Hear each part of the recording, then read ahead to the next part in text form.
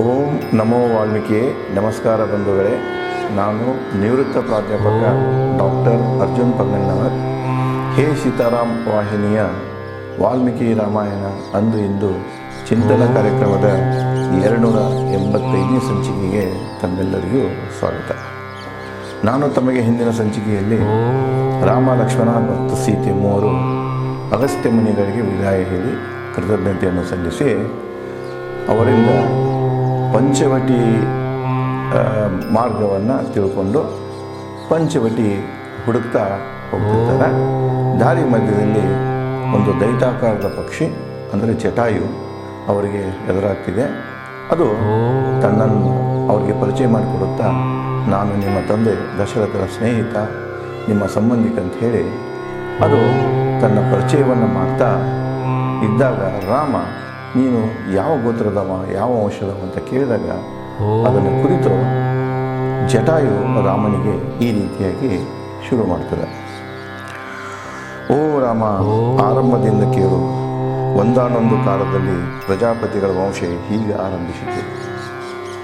ಈ ಭೂಮಿ ಮ್ಯಾಗ ಎಷ್ಟು ಜನ ಹುಟ್ಟ್ಯಾರ, ಎಷ್ಟು ಜೀವರಾಶಿಗಳು ಹುಟ್ಟ್ಯಾವ, ಆ ಎಲ್ಲ ಜೀವರಾಶಿಗಳು, ಮಾನವನ ಒಳಗೊಂಡು ಎಲ್ಲ ಜೀವರಾಶಿಗಳ ವಂಶಜರು ಯಾರು ಅನ್ನುವಂಥದ್ದನ್ನು ನಿಮಗೆ ನಾನು ಹೇಳ್ತೀನಿ ಅಂತ ಜಟಾಯು ರಾಮನಿಗೆ ವಂಶಾವಳಿ, ಭೂಮಿ ಮ್ಯಾಗ ಜೀವರಾಶಿ ಹೇಗೆ ಹುಟ್ಟಿತು ಅನ್ನುವಂತಹ ಸಿದ್ಧಾಂತವನ್ನು ಹೇಳಲಿಕ್ಕೆ ಶುರು ಮಾಡ್ತಿದೆ.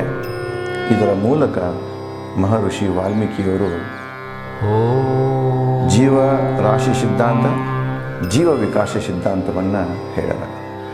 ಸಾಮಾನ್ಯವಾಗಿ ನಾವು ಜೀವ ವಿಕಾಸ ಸಿದ್ಧಾಂತ ಅಂದಾಗ ನಾವು ಚಾರ್ಲ್ಸ್ ಅವರ ಹೇಳ್ತೇವೆ, ಜೀವ ವಿಕಾಸ ಸಿದ್ಧಾಂತ. ನಾವು ಅಲ್ಲಿ ಪಾಶ್ಚಿಮಾತ್ಯಗೆ ಹೋಗಿಬಿಡ್ತೇವೆ. ನಾವು ಮುಂದೆ ಪಾಶ್ಚಿಮಾತ್ಯದಾಗ ಏನಂದರೆ ಮಣ್ಣಿನಿಂದ ಮಾನವನಾದ ಜೀವರಾಶಿಗಳು ಒಂದೊಂದು ಚೇಂಜ್ ಆಗುತ್ತಿತ್ತು ಕಾಲಾಂತರದಲ್ಲಿ, ವಾತಾವರಣ ಇವೆಲ್ಲ ನಾವು ಆ ಸಿದ್ಧಾಂತದಲ್ಲಿ ನೋಡೇವೆ. ಆದರೆ ಇಲ್ಲಿ ಆ ಸಿದ್ಧಾಂತ ಏನಿದೆಯಲ್ಲ, ಆ ಸಿದ್ಧಾಂತ ಪಾಶ್ಚಿಮಾತ್ಯ ಸಿದ್ಧಾಂತ ವಾಲ್ಮೀಕಿಯವರ ಸಿದ್ಧಾಂತವನ್ನೇ ಹೋಗ್ತಿದೆ. ಈ ವಾಲ್ಮೀಕಿಯವರ ಸಿದ್ಧಾಂತವನ್ನು ಪ್ರಾರಂಭಿಸುವ ಪೂರ್ವದಲ್ಲಿ ತಮಗೆ ಇನ್ನೊಂದು ಬರ್ತಿದೆ, ಸುಮೇರ ಅನ್ನುವಂಥ ಒಂದು ನಾಗರಿಕತೆ, ಬೆಬಿಲಾನ್ ಅಂತ ಕರಿತೀವಿ ಅದನ್ನು.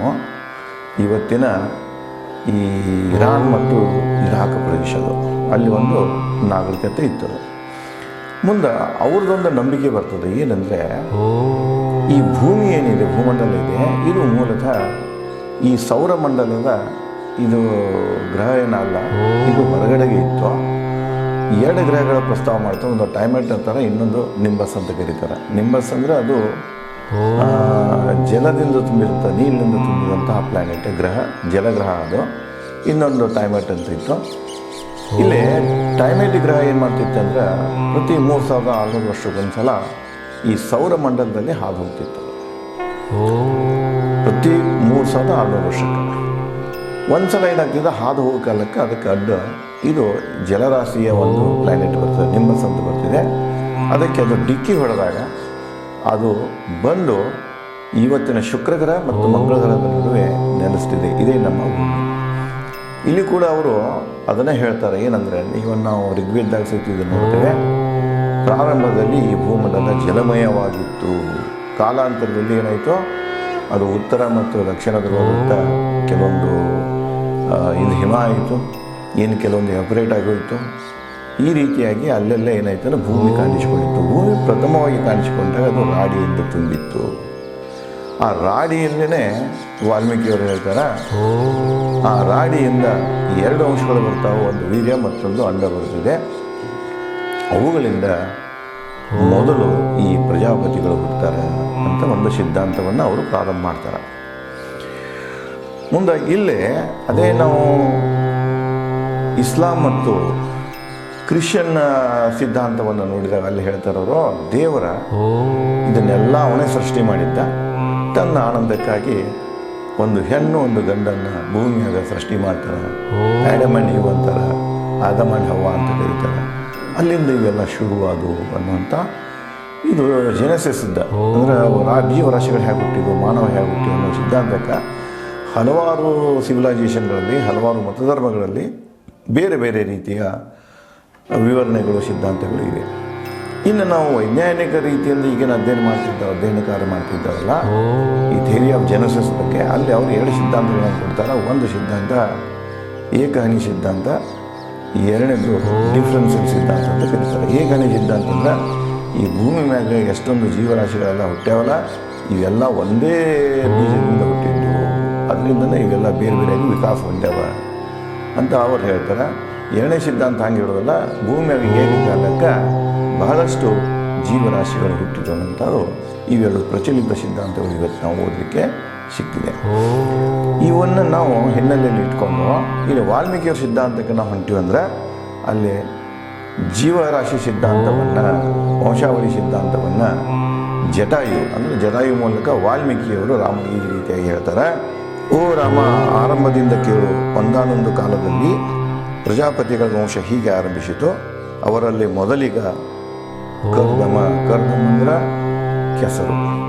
ಇವತ್ತಾರು ಸಹ ತತ್ವ ಪದಗಳನ್ನು ಹೇಳೋ ಕಾಲಕ್ಕೆ, ಸಂತರು ಹೇಳೋ ಕಾಲಕ್ಕೆ ಈ ಶರೀರ ಏನಪ್ಪ ಅಂದರೆ ಕೆಸರಿನಿಂದ ಹುಟ್ಟಿದ್ದು, ಕೆಸರಿನಾಗ ಹೋಗೋದು ಹೇಳ್ತಿರ್ತಾರೆ. ಇದಂದ್ರೆ ಇದ್ರ ಹಿನ್ನೆಲೆ ಹೇಳುವುದು ತಾತ್ಪರ್ಯ ಇಷ್ಟೆಲ್ಲ ಜೀವರಾಶಿಗಳು ಜನ್ಮ ತಾಳಿದ್ದು ಕೆಸರಿನಿಂದ. ಅದು ಹೇಳಿದ್ರೆ ನಿಮಗೆ ಭೂಮಿ ಜಲಮಯವಾಗಿತ್ತು, ಅದರ ಜಲಾಂಶ ಕಡಿಮೆಯಾಗಿ ಭೂಮಿಗಳನ್ನ ಕಾಣಿಸ್ಕೊಂಡಿತ್ತಲ್ಲ, ಅಲ್ಲೆಲ್ಲ ಏನಿತ್ತಂದ್ರೆ ಪ್ರಾರಂಭದಲ್ಲಿ ಕಾಣಿಸಿದ್ದ ರಾಡಿ, ಆ ರಾಡಿಯಿಂದ 2 ಹುಡ್ತಾವೆ. ಅದನ್ನೇ ಈ ಮುಂದುವರ್ಷ ಹೇಳ್ತಾರವ್ರ. ಅವರಲ್ಲಿ ಮೊದಲಿಗ ಕರ್ದಮ, ನಂತರ ಕರ್ದಮನ ರಾಡಿಯಲ್ಲಿ ಹುಟ್ಟಿದವ್ರು ಯಾರು? ಶೇಷ ಅಂದರೆ ಅದು ಸಾಮಾನ್ಯ ವೀರ್ಯ ಅಂತ ಕರಿತೇವೆ. ಇನ್ನೊಂದು ಯಾವುದಪ್ಪ ಅಂದ್ರೆ ಸಂಶ್ರಯ ಅಂದರೆ ಅದು ಅಂಡ. ಇವೆರಡೂದ್ರ ಮಿಲನದಿಂದ ಅಂದರೆ ಇವು ಏಕಕಾಲಕ್ಕೆ ಬೇರೆ ಬೇರೆ ಕಡೆ ಹುಡ್ತಾವ. ಇವುಗಳ ಮಿಲನದಿಂದಾಗಿ ಅವರ ಮಕ್ಕಳನ್ನೇ ಎಷ್ಟು ಅಂದ್ರೆ 11 ಜನ ಪ್ರಜಾಪತಿಗಳು ಹುಟ್ಟುತ್ತಾರೆ, ಅಲ್ಲೆಲ್ಲ ಹುಡ್ತಾರೆ. ಅವ್ರು ಯಾರ್ಯಾರಂದ್ರೆ ವಾಲ್ಮೀಕಿಯವ್ರು ಹೇಳ್ತಾರೆ, ಸ್ಥಾನು ಮೊದಲೇದವ, ಮಾರೀಚ, ಅತ್ರಿ, ಮಹಾಬಲಿಕೃತು, ಪುಲಸ್ತ್ಯ, ಅಂಗೀರ, ಪ್ರಚೇತಸ, ಪುಲ್ಹ, ದಕ್ಷ, ಅರಿಸ್ತನೇಮಿ, ಕಶ್ಯಪ. ಇವರು 11 ಜನ ಪ್ರಜಾಪತಿಗಳು. ಈ 11 ಜನ ಪ್ರಜಾಪತಿಗಳಲ್ಲಿ ಮಾರೀಚ ರಾಮನ ವಂಶಜ,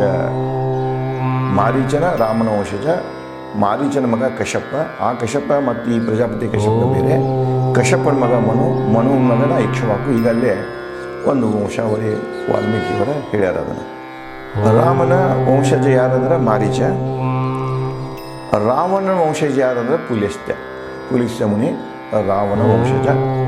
ವಾಲ್ಮೀಕಿ ವಂಶಜ ಯಾರಂದ್ರೆ ಪ್ರಚೇತಸ. ಮುಂದೆ ದಕ್ಷನಿಗೆ 60 ಹೆಣ್ಣು ಮಕ್ಕಳು ಇರ್ತಾರೆ. ಈ ಏನು 11 ಜನ ಪ್ರಜಾಪತಿಗಳು ಬರ್ತಾರಲ್ಲ, ಇದ್ರಾಗ ಕೆಲವೊಂದು ಜನ ದಕ್ಷ ಪ್ರಜಾಪತಿ ಮಕ್ಕಳನ್ನೇ ಮದುವೆ ಆಗಿರ್ತಾರೆ. ಮುಂದುವರಿಸ್ತಾರವರು. ಓ ರಾಮ, ದಕ್ಷ ಪ್ರಜಾಪತಿಗೆ 60 ಪುತ್ರಿಯರು, 60 ಜನ ಹೆಣ್ಣು ಮಕ್ಕಳು ಅವನಿಗೆ ದಕ್ಷ ಪ್ರಜಾಪತಿಗೆ. ಬಳಕುವ ನಡೆದ 8 ದಕ್ಷ ಪುತ್ರಿಯರನ್ನು ಕಶ್ಯಪ ಲಗ್ನವಾದ. ಕಶ್ಯಪ ಅವನು ಪ್ರಜಾಪತಿನ ಅವನೇನು ಮಾಡ್ದ, ದಕ್ಷನ 8 ಜನ ಪುತ್ರಿಯರನ್ನು ಮದುವೆ ಆಗ್ತಾನೆ. ಅವ್ರು ಯಾರ್ಯಾರಂದ್ರೆ ಅದಿತಿ, ದಿತಿ, ಧನು, ಕಾಲಕ, ತಾಮ್ರ, ಕ್ರೋಧವಶ, ಮನು ಮತ್ತು ಅನಲ. ಇವರು ಕಶ್ಯಪನ 8 ಜನ ಹೆಂಡತಿಯರು. ಅಂದ್ರೆ ದಕ್ಷರಾಜನ 8 ಪುತ್ರಿಯರು ಇವರು ಕಶ್ಯಪನನ್ನು ಮದುವೆ ಆಗ್ತಾರೆ. ಮುಂದುವರೆದು ಕಶ್ಯಪ ಯುವ ಪತ್ನಿಯರಿಗೆ ನುಡಿದ. ತನ್ನ ಪತ್ನಿಯರಿಗೆ ಕಶ್ಯಪ ಕೇಳ್ತಾನೆ, 3 ಲೋಕಗಳನ್ನು ನಿಯಂತ್ರಿಸಬಲ್ಲ. ಈ ಏನು 3 ಲೋಕಗಳದಾವ, ಸ್ವರ್ಗ, ನರಕ ಮತ್ತು ವರ್ತಮಾನ ಲೋಕ ಏನಿದೆ, ಭೂಲೋಕ ಏನಿದೆ, ಈ 3 ಲೋಕಗಳನ್ನು ನಿಯಂತ್ರಿಸಬಲ್ಲಂತಹ ಶಕ್ತಿಗಳ ಮಹಾಪರಾಕ್ರಮಿ, ನನ್ನ ಹೋಲುವ ಗಂಡು ಮಕ್ಕಳಿಗೆ ಜನ್ಮ ಕೊಡಿ. ನಾ ಹೆಂಗೆ ಪರಾಕ್ರಮಿ ಇದ್ದೇನೆ, ನಾ ಹೆಂಗೆ 3 ಲೋಕಗಳನ್ನು ನಿಯಂತ್ರಿಸುವ ಸಾಮರ್ಥ್ಯವನ್ನು ಹೊಂದೇನೆ, ಇಷ್ಟೇ ಸಾಮರ್ಥ್ಯವನ್ನು ಹೊಂದಿದಂಥ ನನ್ನನ್ನು ಹೋಲುವಂಥ ಗಂಡು ಮಕ್ಕಳಿಗೆ ನೀವು ಜನ್ಮ ಕೊಡಿ ಅಂಥೇಳಿ ತನ್ನ 8 ಜನ ಪತ್ನಿಯರಿಗೆ ಕೇಳ್ಕೊಳ್ತಾನೆ. ಓ ರಾಮ, ಅದಿತಿ, ದಿತಿ, ಕಾಲಕ, ಧನು ಮಾತ್ರ ಒಪ್ಪಿದರು. 8 ಮಂದಿಯಾಗ ಇವರು 4 ಮಂದಿ ಮಾತ್ರ ಒಪ್ತಾರ. ಅದಿತಿ ಒಪ್ತಾರ, ದಿತಿ ಒಪ್ತಾಳ, ಕಾಲಕ ಒಪ್ತಾಳ, ಧನು ಒಪ್ತಾಳ. ಇವು 4 ಮಂದಿ ಮಾತ್ರ ಕಶ್ಯಪ ಮುನಿಯ ಒಂದು ಬಯಕೆಯನ್ನು ಕೋರಿಕೆಯನ್ನು ಒಪ್ಕೊಳ್ತಾರೆ. ಮುಂದುವರೆದು ಜನ್ಮ ಕೊಟ್ಟಳು ಅದಿತಿ 33 ದೇವತೆಗಳಿಗೆ, 33 ಕೋಟಿ ಕೋಟಿ ಅಂದ್ರಲ್ಲ ಉಚ್ಚ. ಇಲ್ಲಿ ಇವತ್ತು ನಾವು ಒಂದರ ಬಗ್ಗೆ ತಪ್ಪು ಹೇಳ್ತಾ ಹೋಗ್ತಾ ಇರ್ತಾರೆ. ಎಲ್ಲಿ ಶಾಸ್ತ್ರಗಳನ್ನು ಹೇಳ್ತಾರೆ 33 ಕೋಟಿ ದೇವತೆಗಳು ಅಂತಾರೆ. ಇಲ್ಲ, ಈಗ 33 ದೇವತೆಗಳು.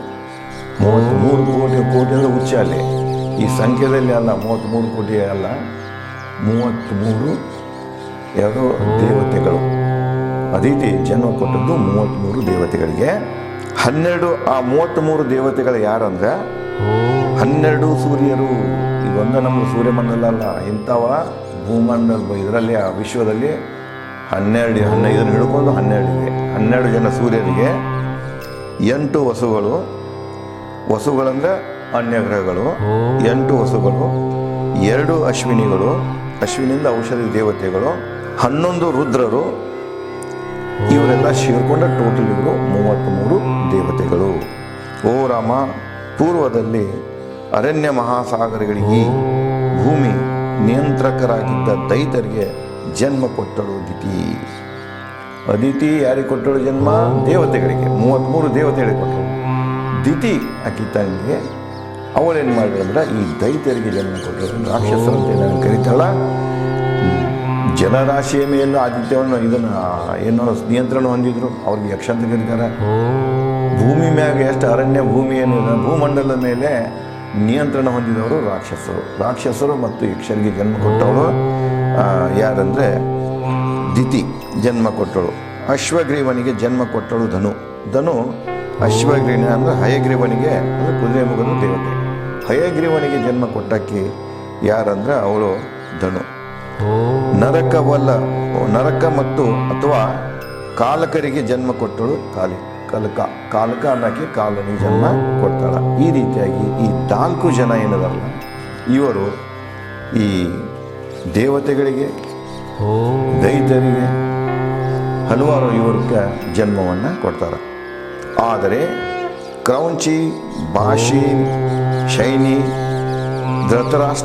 ಧೃತರಾಷ್ಟ್ರಿ, ಶುಕ್ತಿ 5 ಹೆಣ್ಣು ಮಕ್ಕಳಿಗೆ ಜನ್ಮ ಕೊಟ್ಟರು ತಾಮ್ರ ಏನು ಮಾಡ್ತಾಳೆ? 5 ಮಂದಿ ಹೆಣ್ಮಕ್ಳಿಗೆ ಜನ್ಮ ಕೊಟ್ಟು. ತಾಮ್ರಾನು ಕೂಡ ಇವನ ಪತ್ನಿ ಆಕಿ, ಯಾರ್ದು ಕಶ್ಯಪನ ಮುನಿಯ ಪತ್ನಿ. ಗೂಗಿಗೆ ಕ್ರೌಂಚಿ, ಹದ್ದಿಗೆ ಬಾಷಿ, ಗಿಡಗಿಗೆ ಶೈನಿ ಜನ್ಮ ಶೈನಿ ಜನ್ಮ ಕೊಟ್ಟರೆ. ಹಂಸ, ಚಕ್ರವಾಕ, ನೀರು ಪಕ್ಷಿಗಳಿಗೆ ಧೃತರಾಷ್ಟ್ರಿ ಜನ್ಮ ಕೊಟ್ಟಳು. ಧೃತರಾಷ್ಟ್ರಿ ಈ ಪಕ್ಷಿಗಳಿಗೆ ಜನ್ಮ ಕೊಟ್ಟಳು. ಶುಕಿ ನತಾಳಿಗೆ ಜನ್ಮ ಕೊಡ್ತಾಳ. ನತಾಳ ವಿನಾತಾಳಿಗೆ ಜನ್ಮ ಕೊಟ್ಟರು. ಮೃಗಿ ಮೃದುಬಂಧ, ಹರ್ಯ ಭದ್ರಮಂದ, ಮಾತಂಗಿ, ಶರ್ದುಲಿ, ಶ್ವೇತ, ಸುರಭಿ, ಸುರಸ, ಕದ್ರು ತನ್ನ ಹೋಲುವ 10 ಹೆಣ್ಣು ಮಕ್ಕಳನ್ನು ಹೆತ್ತಳು. ಕ್ರೋಧವಶ 10 ಜನ ಹೆಣ್ಮಕ್ಕಳಿಗೆ ಜನ್ಮ ಕೊಡ್ತಾಳ. ಮೃಗಿ ಜಿಂಕೆ, ಮೃಗಮಂದ, ಯಕ್ ಕರಡಿಗಳಿಗೆ ಜನ್ಮ ಕೊಟ್ಟರು.